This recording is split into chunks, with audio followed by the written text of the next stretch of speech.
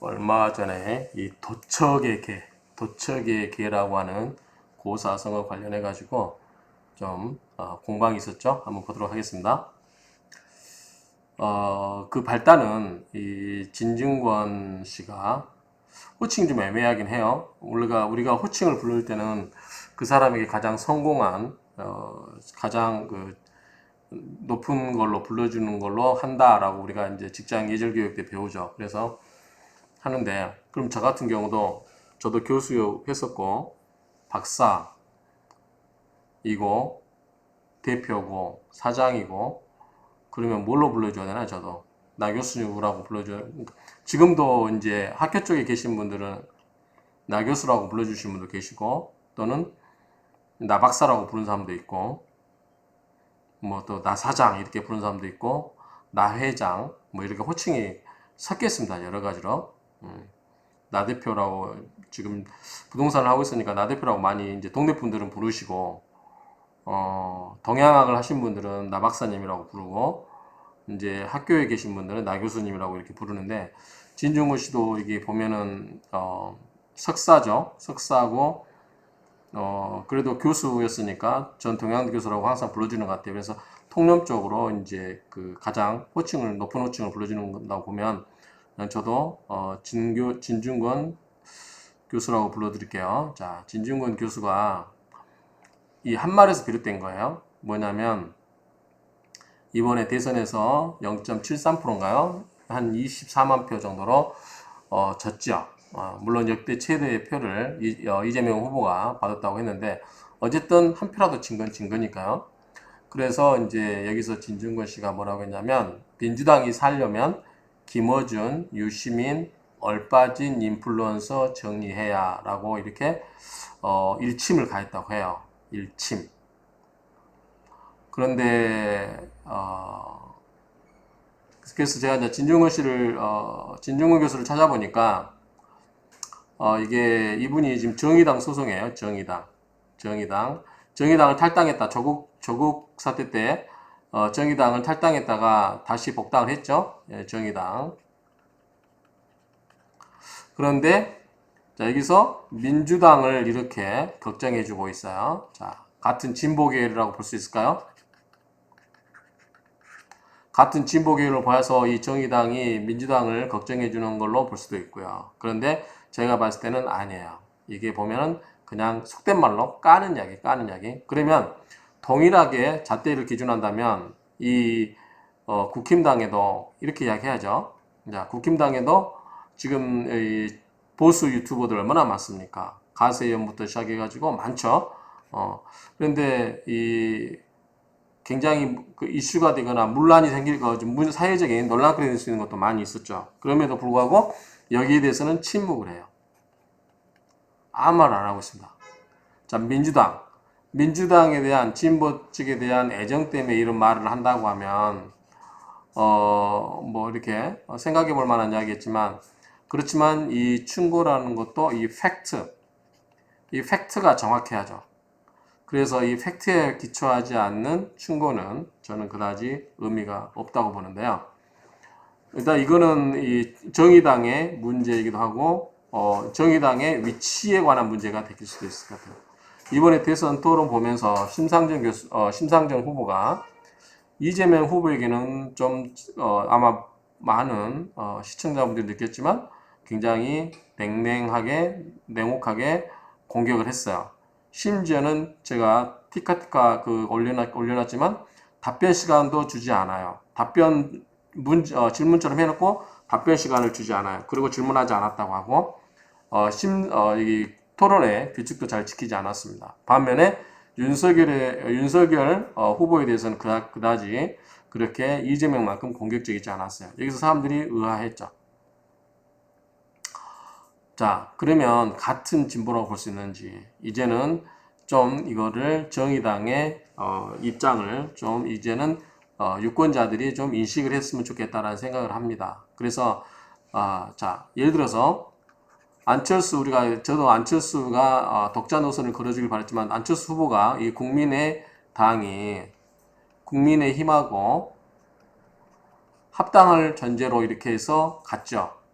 그러면 여기는 이제 보수라고 하면은 이 진보 계열은 정의당이 그러면 민주당으로 가냐 이렇게 했을 때 그렇지 않다는 거죠.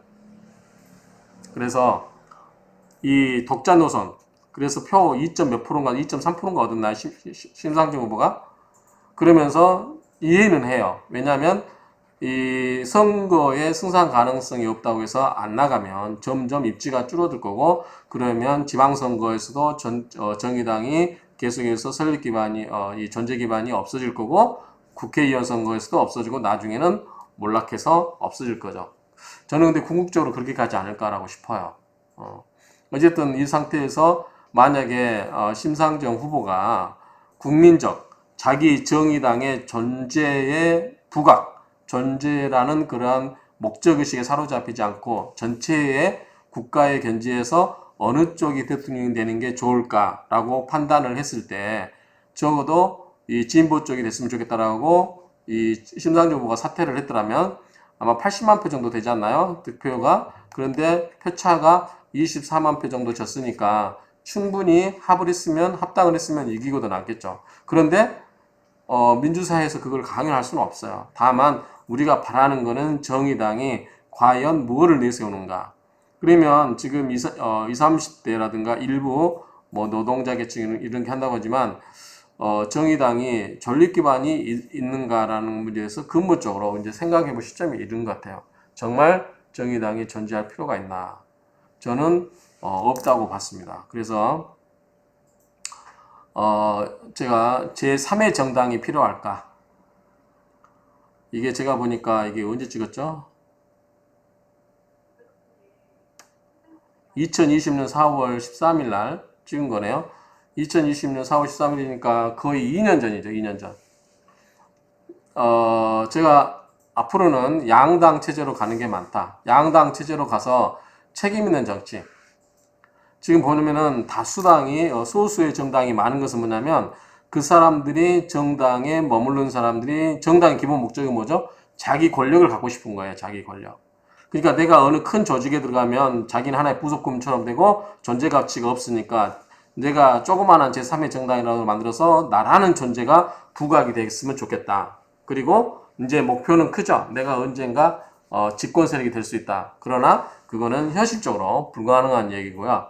어쨌든 이 제3의 정당들은 결국은 자기 이속 챙기기 위해서 정당을 갖고 있는 거지 우리가 우리 대한민국이라는 전체적인 대국적인 견지에서 뭔가 정치 발전을 이루어내기 위해서 이 정치를 하고 있다고 생각되잖아요. 소수의 사람을 대변한다. 물론 좋습니다. 근데 소수의 대변하는 사람, 이 정의당에 가입되신 분들 생각을 해봐야 돼요. 내가 정의당에 당원으로서 가입돼가지고 내가 원하는 목표를 이 정의당을 통해서 이루어낼 것인가 아니면 적어도 민주당이나 국힘당 이런 거대 양당에 들어가서 내가 거기에서 내가 뭔가를 만들어내는 게 쉬운가. 거대 양당에 들어가는 게 쉽죠. 물론 이제 거대 양당이 큰 것만 보는 것도 있겠지만 거기에 들어가서 자기가 이 소수자를 위한 여러 가지의 그 대변할 수 있는 것을 그 양당 안에 들어가서 하면 됩니다. 굳이 제3의 정당에 들어가서 힘들게 할 필요가 없어요. 그렇기 때문에 앞으로는 제 예측이에요. 3의 정당은 필요하지 않을 것이다. 더욱더 양당 체제로 갈 것이다. 이번에 다수당 체제를 많이 대선 토론을 보니까 이야기 하더라고요. 안철수도 그러고 이 심상정 후보도 그러는데 결국은 안철수 후보도 10년 정치 소신이 다당제였대요. 그렇지만 하루아침에 뒤덮고 나가잖아요. 손가락을 자를 일이 생길 거라고 연설을 한 며칠 있다가 바로 뒤집잖아요. 결국은 이 3의 정당이 한계가 있는 거예요. 그렇기 때문에 이 소수당이 한계가 있기 때문에 정의당에 속해 계신 분들도 정말 내가 추구하는 가치가 내가 살아생전에 우리 사회를 변화하고 개혁시킨다고 하면 내가 과연 어떤 입장을 취해야 되는지를 생각을 해봐야 될 시점이 이런 거예요. 그 3의 정당의 소수 정당의 일부 기득권층을 위한 그 사람들의 내가 수정노릇을 해줄 것인지 아니면 정말로 정책을 집행할 수 있는 그런 당에 들어가 가지고 내가 추구하는 정치의 가치 철학을 실현시킬 수 있는 실현시킬 것인가 이런 부분에 대해서 이제는 고민을 해야 될 때가 된다고 생각을 합니다. 그래서 그런 관점에서 본다고 하면 자 이번 토론에 진중권 씨의 그런 말은 제가 봤을 때는 그렇게 와닿지가 않습니다. 그래서 이런 말을 했고요. 그리고 김어준, 유시민 및 얼빠진 이런 이 얼빠진 중소인프라도 정리해야 된다고 그러는데 또 여기서 이분이 쓰고 있는 말들이 그래요. 테마의식, 엑소시스트 이런 말을 왜 씁니까? 이게 지금 국힘당에서 국힘당의 그 대통령 후보였던 윤석열 쪽에서 이야기됐던 게 이 무속 논란이었잖아요. 그런데 이거는 무속 논란들의 일종의 테마의식이니 엑소시스트, 잡기들을 몸에서 빼내지 않으면 아예 살아갈 수 없는 상태다. 그러면 이거는 굉장히 민주당 쪽에 어쨌든 민주당 이재명 후보를 지지한 사람이 거의 국민 절반이에요. 그런데 그러면은 이 소수 정당에 속한 진중권 씨가 훨씬 더 많은 국민들 상대로 우리 민주당에 소속된 사람들은 잡기들이 몸에 우리가 잡기들을 몸에다가 지니고 사는 사람으로 비춰지는 겁니까? 우리가 이 사람들에게 10년 넘게 세뇌당해서 영원히 잠시겠습니까? 저는 그렇지 않다고 봐요. 저도 그 근거는 나중에 이야기하겠지만 제가 그 전에는 김어준 씨에 대해서 제가 그렇게 알지 못했고 정치의 고관여층도 아니었기 때문에 정치에 관심을 갖지 않았기 때문에 김어준 씨에 대해서 여러 가지 본 것도 없어요. 그냥 얼핏 들었을 뿐이지. 그래서 이번에 선거 과정에서 들어보니까 TBS에서 아침 뉴스 할 때 보면 유미리 기자인가요? 그 하는 거 보면 정확하게 사실 팩트를 체크를 해요. 예컨대 코로나 방역도 마찬가지죠. 기존의 대중 매체들은 뭐 코로나 맞지 말아라, 주사 맞지 말아라, 예방주사 맞지 말아라, 뭐하라 하는데 김어준 씨는 그렇지 않고 여러 가지에 대해서 정확하게 팩트를 체크해서 맞는 게 좋다. 여러 가지 하고 그다음에 기존 언론들이 갖지 못하는 그다음에 기존 언론들이 짚지 못하는 이 팩트에 근거한 뉴스들을 많이 언급을 했습니다. 그래서 저는 이분이 물론 이제 그 자기 개인 채널이라고 할 수 있는 다스베이다인가요? 거기서는 굉장히 좀 표현도 좀 거치는 부분이 있겠지만 그래서 적어도 TBS 방송국에서 했던 것은 그렇게 한쪽만 편들었다고 볼 수도 없고 그 다음에 민주당 사람만 나온 게 아니라 국힘당 사람도 많이 나왔어요.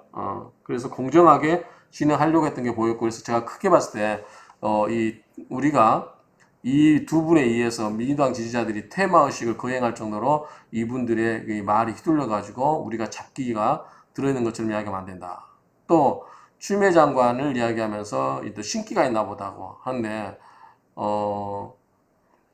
굉장히 말을 비틀은 거예요. 이거는 자 이 추미애 장관이 나가라고 한 건 뭐냐면 적어도 정치 검찰 하지 말고 이 정치를 하려면 나가서 하라는 거였지 이게 이렇게 무속 측면에서 신기가 있어서 발동한 건 아니잖아요. 굉장히 신기, 테마, 무속 이런 무속적인 표현들을 가지고 이렇게 언급한 것은 진중권 씨가 국힘당의 대변인 것처럼 된 거죠. 실은 국힘당은 아니지만 정의당에 속해 있음에도 불구하고 그 표현은 굉장히 바르지 않다라고 생각합니다. 그리고 유시민 씨가 유시민 전 이사장이 뭐라고 했냐면 여기에 대해서 도척의 개로 비유를 들어서 도척의 개가 공자를 보고 짖는 것은 공자의 잘못도 개의 잘못도 아니다 라고 이렇게 했어요. 그러니까 여기서 직접적으로 누가 누구다 이렇게 이야기는 하지 않았지만 제가 봤을 때 문맥을 보면 공자라고 하는 것은 제가 봤을 때는 이제 유시민 전 이사장을 말하는 것 같고요. 이 개는 제가 봤을 때는 진중권을 이야기하는 것 같아요. 진중권 교수를 이야기하는 것 같고 도척은 밑에서 아시겠지만 굉장히 악당이에요. 악당. 근데 우리가 이 동물과 사람, 즉 인간의 가장 큰 차이가 뭐죠? 이성적 힘이 있냐 없나 그거죠. 개는 동물이에요. 개가 지능을 갖고 있어서 내가 모시고 있는 주인이 올바로 하고 있는지 또는 나쁜 마음을 먹고 있는지 그걸 우리가 판단해서 개가 주인을 가려서 섬깁니까? 나쁜 사람, 악당의 개도 악당 말이 잘 들어요. 왜? 밥을 주니까. 개는 동물이에요, 동물. 동물은 충실하게 자기에게 밥을 주는 사람에게 말 잘 따르죠. 결국은 뭐냐면 이 동물, 개라고 하는 것은 결국은 뭐냐면 자기 이익과 부합하면 이 선악을 구별하지 않는다라고 보여져요. 그렇지만 인간은 다른 점은 적어도 내가 하고 있는 행동이 선인지 악인지 정도는 스스로 판단할 수 있어야 된다는 거죠. 그런데 이 동물 개로 대표되는 이 도척의 개라고 하는 것은 언어에 자기에게 밥을 주는 자기에게 이익이 되는 그러한 집단에게 그러한 사람에게만 충성을 하는 사람으로 표현되어지는 거죠. 그래서 어쨌든 이렇게 맞받아쳤어요. 그러니까 또 여기에 대해서 여러 가지의 이제 글들이 있어서 저도 한번 찾아봤어요. 이 도척의 개를 이렇게 했는데 이제 사람의 몸을 받아 태어나 그 고마움을 알지 못하고 사람답게 사는 길을 모르는 채 도척의 개처럼 앞도 뒤도 가리지 않고 그저 먹다 남은 밥찌꺼기 한 덩어리 던져주는 자에게 굴종하며 비열하고도 악랄하게 노름을 하는 인간 이하의 존재를 빗대어 도척이라고 한다. 이제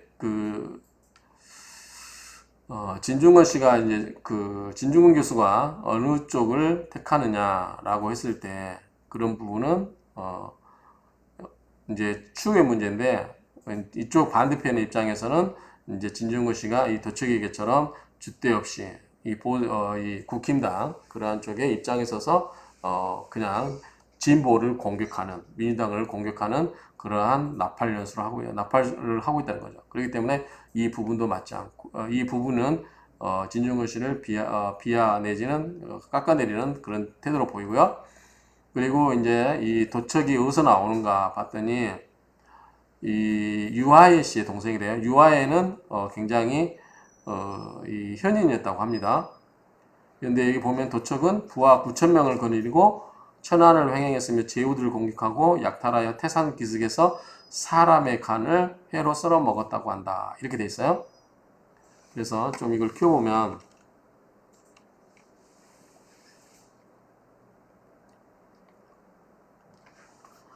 여기서 안은 안회를 이야기하고요. 자, 안회를 이야기하고 항은 누항을 말하고요. 침은 우리가 침 머리에 머리 괴는 뭐죠? 목침이라고 하죠. 목침 나무로 되어 있는 그러니까 그런 걸 말하고요. 베개를 말한다고 보면 되겠죠. 베개.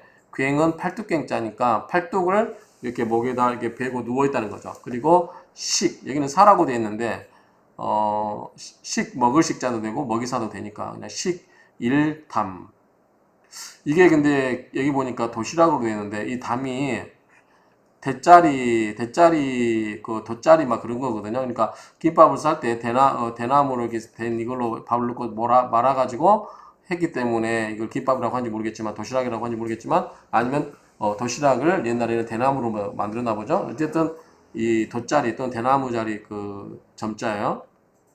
그러니까 아내는 누항에서 팔을 베고 도시락을 먹었고 그 다음에 아까 말했던 이 도척은 동능이라는 곳에서 이 나주자죠. 낮에 여기 반찬선자죠. 반찬, 낮에 반찬으로 우리 포 뜬다고 그러죠.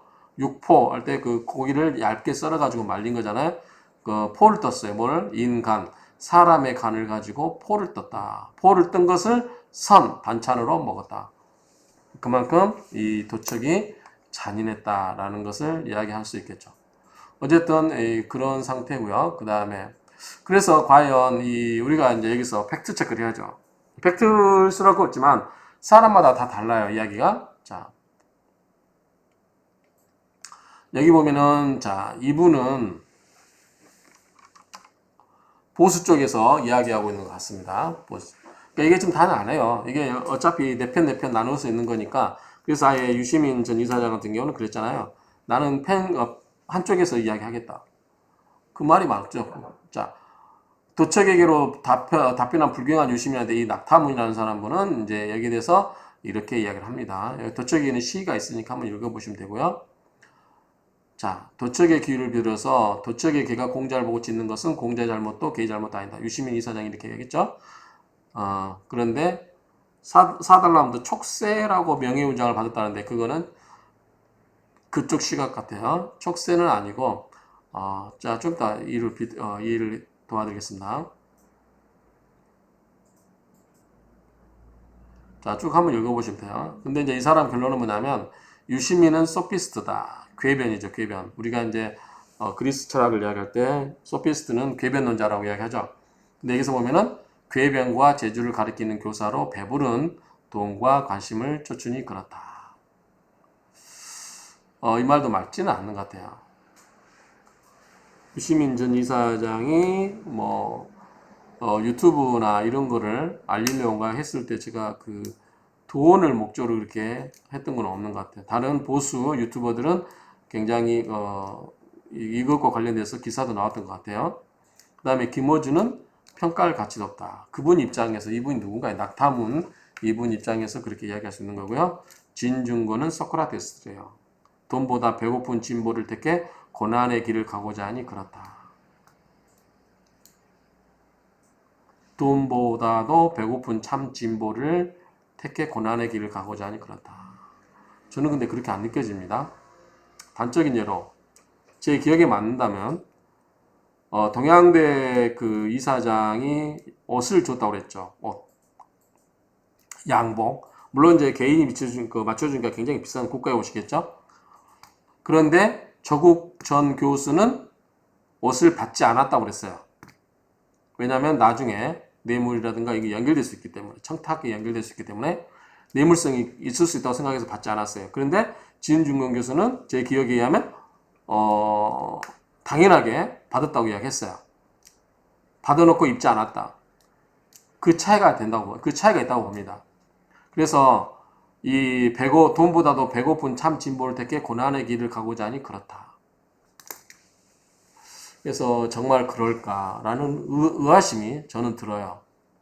이분이 지금 직업이 없죠. 교수도 그만뒀고 이제 이게 패널이라든가 이게 방송에서 떠들어야 이제 그게 자기의 이거를 이슈화해서 자기 몸값을 올려야 그 방송에 출연해서 돈도 받는 거 아닙니까? 그래서 일부러 좀 이렇게 삐딱선을 서로 좀 약간 엇박자 비슷하게 타야 더 자기 몸값을 올려서 하는 게 아닐까라는 그런 생각을 해봐요. 아니면 정말 그분 입장에서는 정말 내가 참 진보다. 그리고 민주당이 이렇게 잘못된 점을 가야 된다라고 했을 때, 진정성 있게 받아들일 수 있겠지만, 그게 진정성 안 느껴지는 게 뭐냐면, 더 우리가 민주당, 진보 쪽에서 봤을 때 더 나쁘다고 생각되는 보수 쪽에서는 별로 말이 없잖아요. 오히려 김건희 씨가 서울에서 우리 상대로 1억 손해배상 한 거에 대해서는 제가 기사를 읽지 않았고 제목만 봤습니다만 할만하다. 말리고 싶지 않다. 그랬죠. 그리고 이준석 대표의 갈라치기 그거는 실패했다 하죠. 그거는 거기에 안 내에서 권력 투쟁이 이제 일어나고 있는 거죠. 윤석열 당선자 밑에서 윤핵관과 이준석 간의 권력의 헤게모니 싸움이 되는 거니까 그거는 국민적 관심과 관계가 없어요. 저는 이준석 대표에서 나중에 찍을 수 있는 기회가 될지 모르겠지만 저는 이 젊은 정치인으로서 기대했던 바가 무참히 무너졌기 때문에 거기에 대해서는 별로 기대를 하지 않습니다. 그렇기 때문에 어쨌든 이 진중권 교수의 이러한 코멘트가 정말 자기 자신을 냉정하게 비판하고 반성하면서 진행되는 것인지 그래서 의구심이 생겨요. 정말 우리 진보 진영을 위하고 국가를 위하고 그런다고 하면 이 가슴으로 아마 와닿을 텐데 그렇지 못한 점은 진중권 씨에게도 약간의 문제가 있지 않을까라고 생각을 하고 이 낙타문께서 보는 전형적인 이 반대쪽 시각에서 보는 것 같아요. 그렇죠? 그래서 이 진중권 씨가 저는 오히려 유시민하고 진중권 씨가 바뀌어야 될 거라고 생각해요. 유시민이 소크라테스면 진중권 씨는 소피스트가 더 돼야 되는 게 아닌가. 그러니까 진중권 씨 입장은 진보 쪽이라고 하는 입장에 서 있어요. 그런데 비판은 굉장히 진보를 깔기 위한. 근데 그것도 사랑하는 마음에서 까는 게 아니라 뭔가 다른 이유로 까는 것 듯한 그런 느낌을 많이 받았기 때문에 그렇습니다. 그러면 자 한번 볼까요? 역사 제가 유시민 토론을 재밌게 봤던 게 홍준표 대표하고 이거예요. 이거 하고 그 다음에 조국 사태 있었을 때 이 유시민과 관련해서 이 여러 가지 이 박형준 이 부산 현지 시장이죠. 이분들과 했을 때 토론 이런 모임들 이런 거 봤을 때 몇 가지 예언했던 것들이 지금 이렇게 해서 놀라운 예언 그 당시 했던 거. 그래서 이런 것들에 대해서 이야기하거나 최근에 여러 가지 뭐 정치합시다 2 이런 거 보더라도 유시민 이사장은 제가 봤을 때는 그렇게 궤변론자라든가 이렇게 어떤 자기의 이익을 위해서 뭔가 하는 것 같지는 않다. 그래서 저는 유시민 이사장이 민주당인 줄 알았는데 보니까 민주당의 정당원도 아니에요. 당원도 아닌데 어쨌든 이렇게 하고 그 다음에 자기는 정치는 더 이상 하지 않겠다고 했기 때문에 이 제3의 입장에서 객관적으로 평론을 하고 있기 때문에 많은 사람들이 공감을 얻고 있는 것 같아요. 어쨌든 제가 봤을 때 진중권 씨하고 유시민 씨하고 두 사람을 비교해보면 저는 훨씬 유시민 씨가 유시민 전 이사장이 훨씬 더 이 소크라테스 사회의 현상에 대해서 여러 가지 고민을 하고 진중하게 모색해보는 소크라테스에 가깝다. 오히려 진중권 씨가 이 소피스트, 궤변론자에 가깝지 않을까. 저는 그렇게 생각을 합니다. 그 다음에 우리 진중권 씨 토론을 보면은 뭐 이런 보지는 않아서 잘 모르겠네요. 자, 그게 방청객 뭐 이런 이야기 있는데 저는 기본적으로 그때 유시민 이사장하고 이 진중권 교수가 조국 보도를 놓고 이때 시거운 그 논쟁을 했을 때 저는 왜 저렇게 할까라고 막연하게 좀 이상하게 봤던 느낌은 있어요. 그리고 이 부분도 이분이 누구죠? 한양대 교수님인가요? 이분도 굉장히 제가 봤을 때는 중립적인 시각에서 잘 이야기했던 것 같고요. 그러니까 느낌은 진중권 씨에 관한 이야기는 별로 그다지 설득력이 없다라고 저는 생각을 합니다. 그래서 어쨌든 이런 논쟁들이 있는데 진중권 씨는 오히려 이 정의당이 앞으로 나아갈 길에 대해서 그리고 진보가 어떻게 뭉쳐지고 어떻게 해서 사회를 변혁시킬 것인지에 대해서 좀 더 고민해보고 거기에 대해서 답을 찾고 하는 게 더 좋지 않을까라는 생각을 해보았습니다. 그래서 이런 측면에서 아침에 이 도척의 계라고 하는 이 고사성어 제가 동양학을 하고 있는 입장에서 또 도척의 계를 또 말을 들었는데 그냥 넘어가면 안 되겠죠. 그래서 이 도척의 계를 화두로 해서 최근에 일어났던 정치적인 이슈와 관련해 가지고 여러 가지로 한번 겸사겸사 횡설수설 이렇게 이야기해 봤습니다. 앞으로 우리가 이제 진지하게 이야기를 해야 될 것 같아요. 그리고 우리가 한 가지 우리가 이제 제가 선거 과정에서 들었던 이야기 중에가 뭐가 있냐면 함석헌 옹이죠. 함석헌 선생님이죠. 자, 이분이 했던 말이 이발 아마 들어보셨을 까요? 정치란 덜 나쁜 놈을 골라 뽑는 과정이다. 그놈이 그놈이라고 투표를 하지 않으면 제일 나쁜 놈이 다 해먹는다. 이런 말도 있고 플라톤이 그랬다고 그랬나요? 우리가 투표에 무관심해지면 우리보다 못한 놈한테 우리가 지배당하고 있는 거야. 우리는 투표를 통해서 우리가 믿을 만한 그런 사람을 뽑아서 우리를 위해서 일을 하게끔 해달라고 할 수 있는 권리가 있는 거죠. 그게 투표인 거죠. 그래서 투표에 관심을 가져야 된다라고 이야기를 하고요.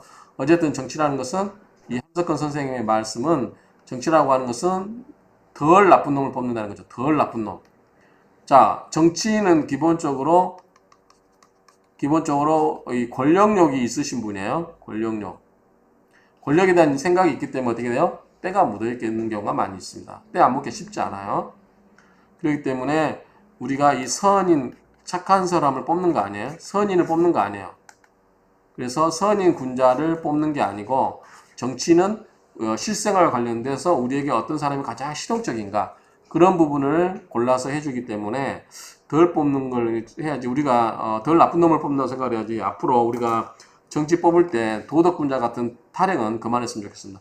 정말 우리 현실을 위해서 뭔가를 해줄 수 있는 사람 그런 게 키포인트가 되지 않을까라고 생각합니다. 정치인이라든가 또는 뭐 장관도 마찬가지죠. 능력이 있으면 되는 거지 그 사람의 그런 아주 사소한 도덕적 그걸 가지고 우리가 도덕군자를 뽑는 건 아니기 때문에 우리를 위해서 실제로 실사구시 관점에서 이렇게 해주기를 바라는 관점에서 정치에 대해서 우리의 인식도 바꿔야 되지 않을까라고 생각을 합니다.